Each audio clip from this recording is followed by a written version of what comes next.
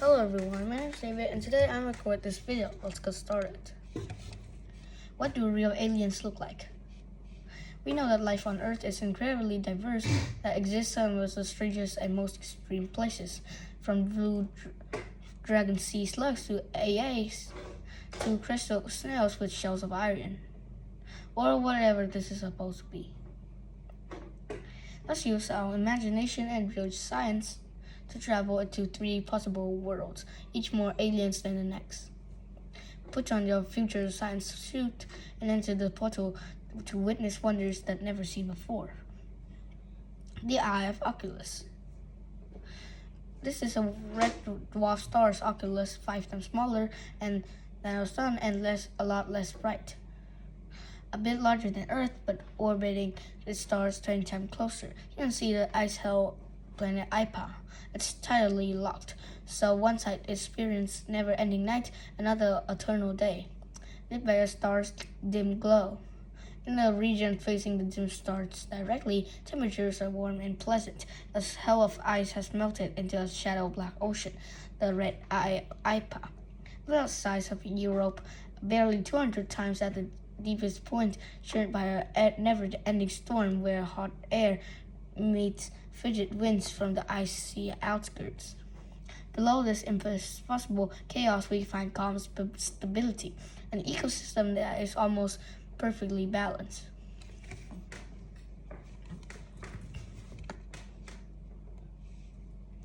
Let's dive in. Instead of meeting open water, we splash into a flowing underwater jungle. We know that places like this at home, kelp forests that make from seaweeds to up to 65 meters long, sheltering countless smaller creatures. On Earth, our abundant white sunlight saw our plants evolve to be green, absorbing most useful and red wavelets for photosynthesis and reflecting the weight of rest. Oculus shines is nearly not as bright, and its dim rays are even further able to destroy. So here plants are deep black, and to make weak infrared leftovers, which also gives the Eye of Ipa its striking black color. Over billions of years, the jungle was occupied by its open space, possible space of the eye. Its roots extend deep into a seabed mud, an aquarium, and provide access nutrients that they drop their seeds in few trees spaces in the mud. Early death makes room for new life. Big and streamlined teardrops shape the creatures push through the dark waters. They kind of look like fish.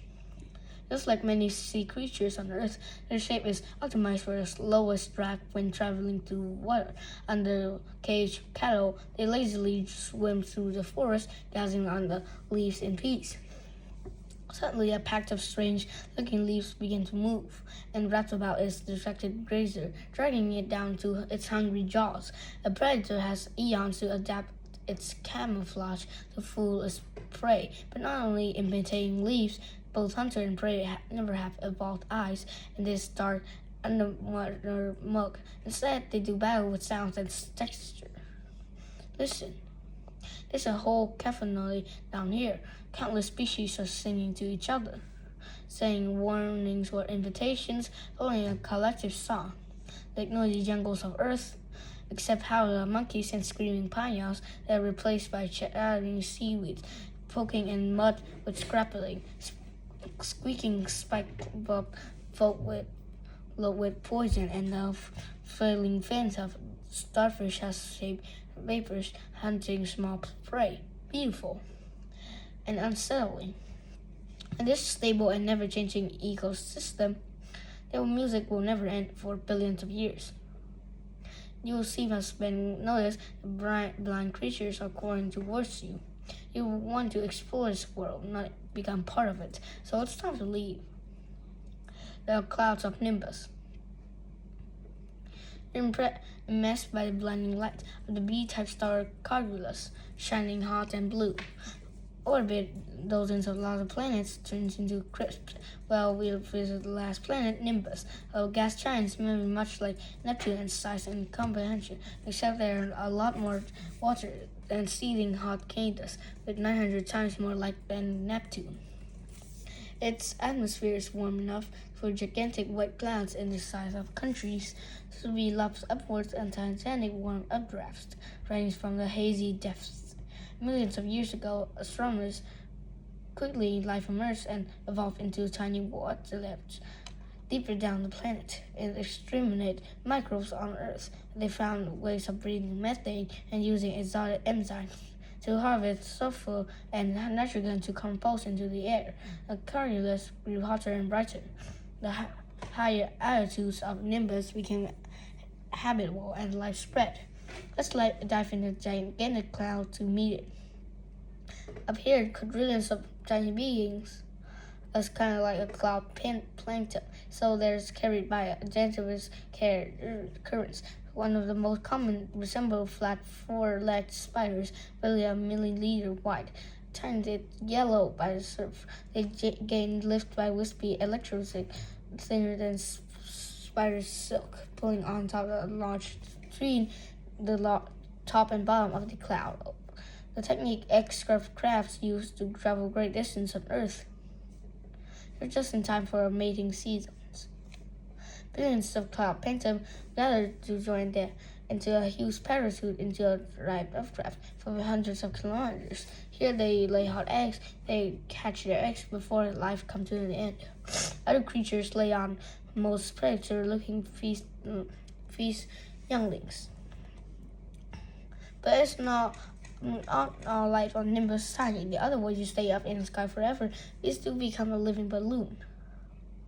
Like the enormous sky whales taller than a skyscraper, almost completely made of water-thin membrane.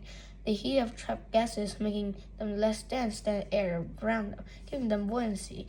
But the bigger the glass envelops, the more lift it produces. So sky whales evolved to be as large as possible. So only a lump car-sized physical bag of organs hangs at the bottoms. Heating others crabs requires a lot of energy, so it's time to feed. The spherical bodies open up, unfolding and lowering a fuse, sticking it into a tiny clouds. On Earth, the largest animal ever exists, blue whales, feed by filtering millions of tiny krills each day. Similarly, the sky whales of Nimbus just the same.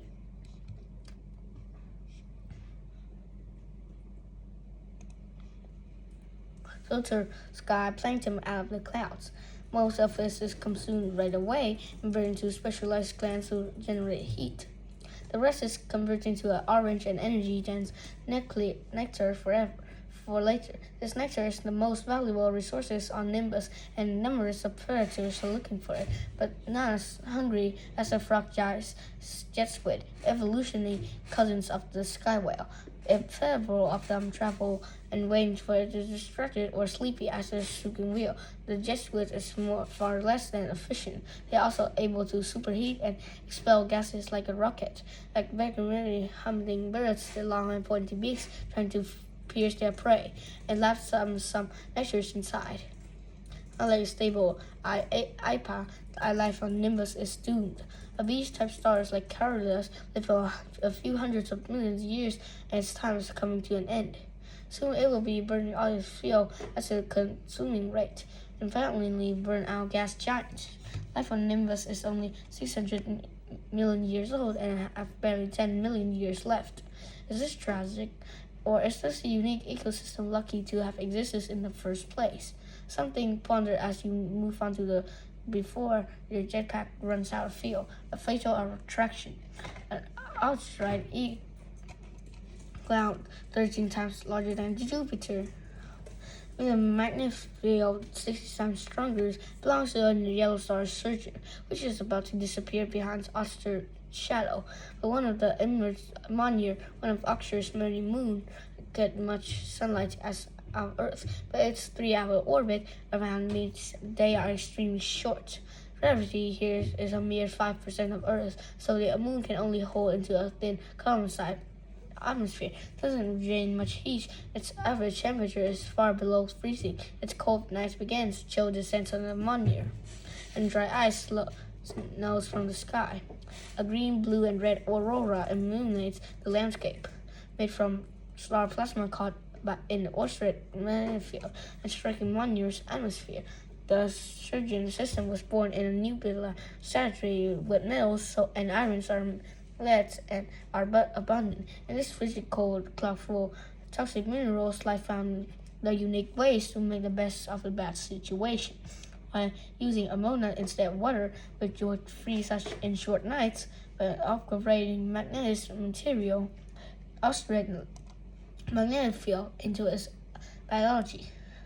Other species like lobsters or bees have learned to sense magnetic fields, but life in ammonia takes it to a whole other level. As the thermos rise and its red rays filter to the outstretched sky, a yellow glow rushes over the horizon, and the snow stops and temperature quickly rises. The ground creaks, and multicolored liquid trickle out from fissures around the crown just like Jupiter's moon Europa. Brills seeming abundance start to unfold and climb out of the ground towards the bright star. The Attic flowers on Earth sprout in the short summer. These plants don't have a minute of daytime to waste, but their blossoms are saturated with magnetic materials. They use extreme magnetism and lowers the Earth, reaching up to kilometers into the sky, extending sunset as long as possible. Hey, don't touch them. With a loud crack, the sky flower detaches itself from the ground and drifts out of reach. Suddenly, you're surrounded by hundreds of tiny creatures zoom by. They look like ice-skating snails and can circle monitor faster than the sunset. From their heads, they extend two long stalks that are electrically connected and emerge up top. A magnetic kite that drives them along the surface, and at breathtaking speed, the skaters form a symbolic relationship with photosynthesis, virtual microorganism that lives in their cell. These biological solar panels produce sugars they share with the skaters in exchange for continuous starlight. As the skater ever stops, they'll risk their partner's freezing and death by starvation. The harmonic scenery is violently interrupted by the ground shakes and spikes metal claw grabs the skaters. It belongs to an animal that looks like a cross sea lion and a beetle. It devours its prey, and it gets covered in pink, sparkly fluids. The ambushers hide in the crystalline clouds, spraying an array of electrically sensors that destruct to use their prey as